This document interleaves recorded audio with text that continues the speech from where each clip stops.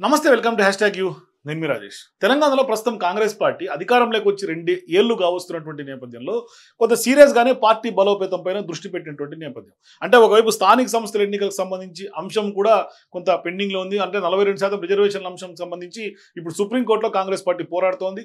జాతీయ స్థాయిలోనే ఒక గ్లోబల్ మోడల్గా తెలంగాణని కొంత ప్రొజెక్ట్ చేసే అంశాన్ని కాంగ్రెస్ పార్టీ పరిశీలిస్తుంది.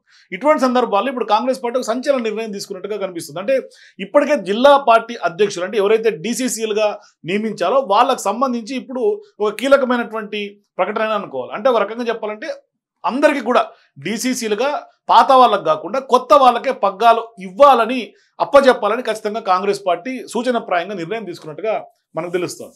అదే సమయంలో కొంత సీనియారిటీలను లేదంటే కనుక కాంగ్రెస్ పార్టీ అంటేనే కొంత వారసులకు పెట్టింది పేరు కాబట్టి అటువంటి నాయకుల వారసులు కానీ దగ్గర బంధువులకు కానీ భార్యలకు కానీ ఇప్పటివరకు డీసీసీ అధ్యక్షులుగా పనిచేస్తున్నటువంటి వాళ్ళందరికీ కూడా మళ్ళీ అవకాశం ఇవ్వద్దనే ఒక సంచలన నిర్ణయం కూడా కాంగ్రెస్ పార్టీ తీసుకుంది. సో ఇప్పుడు కొత్త వారికి పార్టీ పగ్గాలు అప్పగిస్తే భవిష్యత్తులో మంచి ఫలితాలు వస్తాయని కొంత రెట్టింపు ఉత్సాహంతో అందరూ కూడా పనిచేస్తారని అంచనాకు కాంగ్రెస్ పార్టీ వచ్చింది.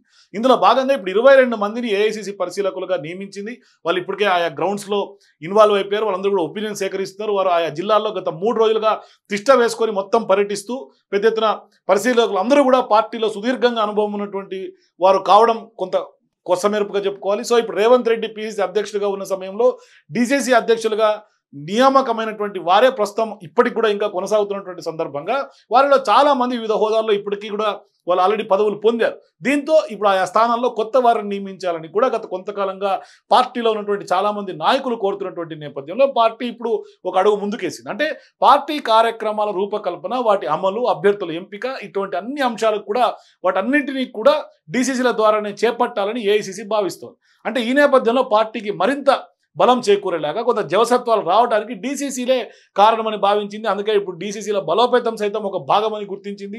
డీసీసీల నుంచి కొంత సిఫార్సు చేసే పేర్లతోటే ఒకరిని అభ్యర్థిగా ఖరారు చేయాలన్నది కూడా ఇప్పుడు సెలక్షన్ కమిటీ అట్లాగే ఎలక్షన్కి సంబంధించినటువంటి ఎలక్ట్ విధానాన్ని కూడా అవలంబించాలని కూడా ఏఐసీసీ వర్గాలు భావిస్తూ ఉన్నాయి. అంటే ఇప్పుడు డీసీసీ ఎట్లా చెప్తే అట్లా జిల్లాలో వాళ్ళదే పై చేయి, అప్పుడే మంచి ఫలితాలు వస్తాయనేది కూడా కాంగ్రెస్ పార్టీ ఆశలు. సో ఇప్పుడు ఈ ఏడాది మొదట్లోనే ప్రస్తుత డీసీసీలకు శిక్షణ సైతం ఇచ్చారు.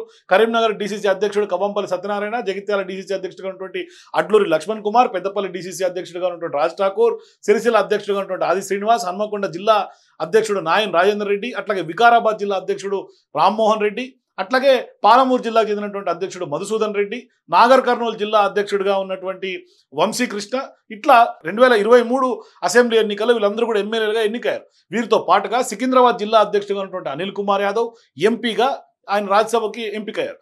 అట్లాగే నల్గొండ జిల్లా అధ్యక్షుడిగా ఉన్నటువంటి శంకర్ నాయక్ కూడా తాజాగా ఎమ్మెల్సీ కట్టబెట్టినటువంటి పరిస్థితి. సో ఇప్పుడు ఉమ్మడి రంగారెడ్డి జిల్లాకు చెందినటువంటి చల్లా నరసింహారెడ్డి అట్లాగే నిర్మలా జగ్గారెడ్డి కూడా వాళ్ళిద్దరికి కూడా కార్పొరేషన్ పదవులు కూడా పొందారు. అట్లాగే మంచిర్యాలకు సంబంధించినటువంటి జిల్లా అధ్యక్షులుగా ఉన్నటువంటి సురేఖ భర్త ప్రేమ్ సాగర్ రావు కూడా ఎమ్మెల్యేగా కొంత ఆయన కూడా గెలుపొందారు.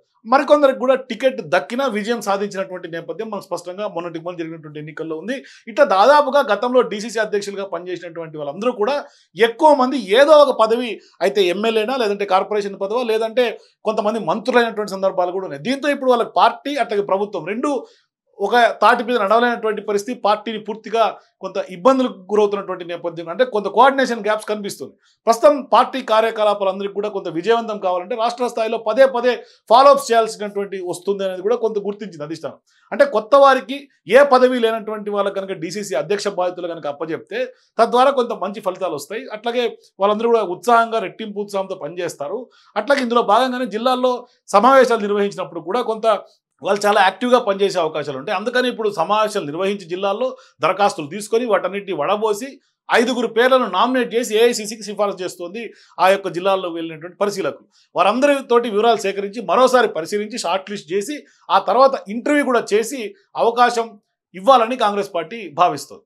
దీంతో పాటుగా సామాజిక సమీకరణాలను కూడా లెక్కలో వేసుకొని దాన్ని సోషల్ జస్టిస్ అనేది చాలా కీలకం కాబట్టి తద్వారా అది ఫాలో అవుతూనే ఎస్సీ ఎస్టీ బీసీ మైనారిటీ అట్లాగే మహిళలకు వీళ్ళందరికీ కూడా సమాన అవకాశం కల్పించాలని కూడా కాంగ్రెస్ పార్టీ కసరత్తు చేస్తోంది. అసెంబ్లీ ఎన్నికలకు మరో 3 ఏళ్ల సమయం ఉన్నటువంటి టైంలో ఇప్పుడు ఈ యొక్క ఎన్నికలు ముగిసే వరకు కూడా వీరే డీసీసీ అధ్యక్షులుగా కూడా కొనసాగే అవకాశం ఉంటుంది కాబట్టి కొంత క్రియాశీలకంగా ఆచితూచి అడుగులు వేస్తుంది. ఎందుకంటే డీసీసీ అంటే జిల్లా మొత్తం కాంగ్రెస్ పార్టీ అంతా కూడా వాళ్ళ చేతిలో ఉంటుంది కాబట్టి ఇప్పుడు ఆ అధ్యక్షులతో ఏఐసీసీ ఇన్ఛార్జ్ మీనాక్షి నటరాజన్ అట్లాగే టీపీసీ అధ్యక్షుడుగా ఉన్నటువంటి మహేష్ కుమార్ గౌడ్ తాజాగా కూడా జూమ్ మీటింగ్ నిర్వహించారు. చాలా వరకు సూచనలు ఆదేశాలు ఇచ్చినట్టుగా తెలుస్తుంది. దిశానిర్దేశం జరిగింది. సో ఇప్పుడు డీసీసీ అధ్యక్షులుగా దరఖాస్తు చేసుకునేవారు కనీసం 5 ఏళ్ల పాటు నిరంతరంగా పార్టీలో క్రమశిక్షణతో ఎటువంటి ఆరోపణలు లేకుండా అట్లాగే డిసిప్లినరీ యాక్షన్స్ లేకుండా ఉండాలని సూచించినట్టుగా తెలుస్తుంది. అలా లేని వారిని ఏఐసీసీ పరిశీలకులే తొలగిస్తారని కూడా స్పష్టం చేస్తున్నారు. సో ప్రస్తుతం డీసీసీ అధ్యక్షులకైతే రెండోసారి అవకాశం ఉండదనే అంశం అయితే క్లారిటీ వచ్చేసింది. పార్టీకి సంబంధించినటువంటి ప్రజాప్రతినిధుల దగ్గర బంధువులకు కానీ అట్లాగే వాళ్ళైతే స్పష్టంగా ఛాన్స్ లేదని చెప్పేశారు. ఎస్సీ ఎస్టీ బీసీ మైనారిటీ మహిళా నాయకులకు ప్రాధాన్యత ఉంటుందని కూడా ఏఐసీసీ పరిశీలకులతో చాలామంది నాయకులు కొంత మాట్లాడుతున్నటువంటి సందర్భంగా వాళ్ళు కొంత చెప్పినట్టుగా తెలుస్తుంది. మొత్తం మీద కాంగ్రెస్ పార్టీలో నూతన ఒరవడి ఎంత మేరకు ఫలిస్తుంది, సత్ఫలితాలు ఇస్తుంది. ఎందుకంటే భవిష్యత్తులో ఎన్నికల ఎజెండాతోటే కాంగ్రెస్ పార్టీ బలోపేతం తీసుకునే కొంత నూతన ఒరవడితోటి కొత్త వాళ్ళకి అవకాశం ఇవ్వాలి, యువతకు అవకాశం ఇవ్వాలి. అట్లాగే మహిళలు ఎస్సీ ఎస్టీ బీసీ ఇట్లా సోషల్ జస్టిస్ కూడా ఖచ్చితంగా కాంగ్రెస్ తోటి సాధ్యమని నాయకులు చెప్తున్నటువంటి నేపథ్యంలో దానికి ఊతం ఇచ్చేలాగా బలం చేకూరేలాగా ఇప్పుడు డీసీసీ అధ్యక్షులను ఎంపిక చేసుకోవడం భవిష్యత్తులో ఏ ఎన్నిక జరిగినా లేకుంటే పార్టీకి సంబంధించినటువంటి ఎటువంటి సిఫార్సులైనా ఎవరికైనా ఏదైనా పదవులు రావాలన్నా ఏదైనా కూడా అభ్యర్థి ఎంపిక కూడా మొత్తం అంతా కూడా డీసీసీల చేతిలోనే ఉండాలని ఒక రోల్ మోడల్గా కాంగ్రెస్ పార్టీ తెలంగాణలో ఈ యొక్క విప్లవాత్మకమైనటువంటి యొక్క అంశాన్ని ఇంప్లిమెంట్ చేస్తోంది. మరి ఇది ఎంత మేరకు భవిష్యత్తులో కాంగ్రెస్ పార్టీని బలోపేతం చేస్తుంది, మరి ఏ విధమైనటువంటి ఫలితాలు వస్తాయి, మీరు కూడా మీ అభిప్రాయాల కింద కామెంట్స్ తెలియజేయండి. For more videos please watch #.